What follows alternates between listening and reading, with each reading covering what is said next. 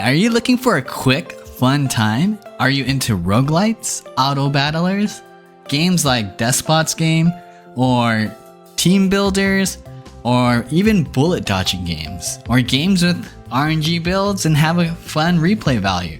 Well, I have a game that mixes all of those and has a fun twist. This game is Maru's Expedition, We Can Fly. Welcome to Thrift Shop Gaming, to the channel where we dig into free-to-play games and hidden gems under $5. I've worked behind the scenes on some of the biggest productions in the gaming world, from Riot Games, Blizzard, Intel, worked in esports, but honestly, these free-to-play games under $5 with maybe sometimes lower budget or they're off the radar have always had a special place in my heart. So if you're looking to find new games to play or for some hidden gem games, subscribe and let's find out. This is a cute 2D style roguelite, arcade, auto battler, ship flyer, team builder with RNG and a fun twist. All of that all combined. So essentially you get to fly a ship, and fun fact, the whole reason why this is the first game review on this channel is because I have a cat named Maru. Anyways, so you choose a ship and then you get to pick a character. All of these aren't unlocked in the beginning of the game. You actually start out with Archer, but you get to choose a bunch of different characters, eventually making a team, right? Trying to find those builds, those combos that work together. But what's really cool, it's essentially an auto battler where your character will shoot on its own and you get skills. But here's a really cool thing. This jump mechanic, right? Where you have to catch the character again.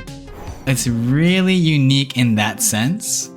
And what's really cool is that you get to keep building a team. In the beginning, you continue to add more characters to your ship, and they all had different kind of abilities. So it makes for a lot of fun replay value if you're into things like that. And most of all, what's great is that this game is free on Steam, so honestly, why not check it out? You can see here, right, you can get different characters that do different abilities. There's mage type characters. This guy looks like a tank. Then you have assassin type characters, and what's cool is there's a shop where every round you can upgrade your skills.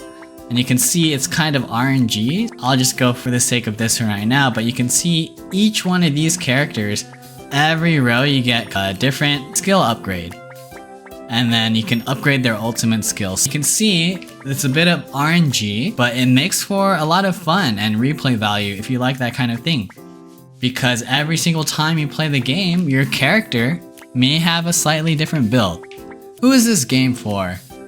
If you just want something quick, casual to just be able to hop on and play something for fun, honestly, check this out. It can get a bit sweaty if you want to, or you can just have a fun time, depending on the difficulty. If you like roguelites, I'd say this is definitely worth checking out. If you like team builders, where you build different classes and make a team, or you like auto battlers like Esport Manager, Despot's game, Gladiator Arena, games like that, I would definitely check this out. And if you just like arcade style games or bullet dodgers, I would check this out too. What makes it really cool, it's a really unique way of combining all of these genres. Alright, what are some pros? Honestly, first thing, it's really easy to hop into to just have some quick fun. 2, I really like the art style, it's cute. 3, I think it's a really unique take on all of the genres like roguelites, auto battlers, team builders, bullet dodgers, arcade style games. It really mixes all of that all together and gives it a fresh take. I enjoy that there is a lot of replayability because of the RNG builds. I know some people may not be a fan of some of those RNG aspects, but for me, I think it's a pro to, be able to play a game multiple times in different ways. Then also, this game at the higher difficulties can get those butt-clenching clutch factor moments in some of the higher difficulties where you're really sweating. The scalability is there if you want to have a hard time.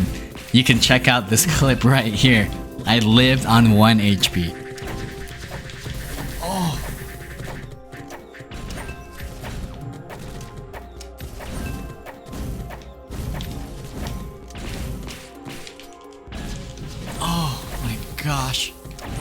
Trying to lock in. I'm locking in. Come on, Ninja, please. Oh my gosh, that was crazy.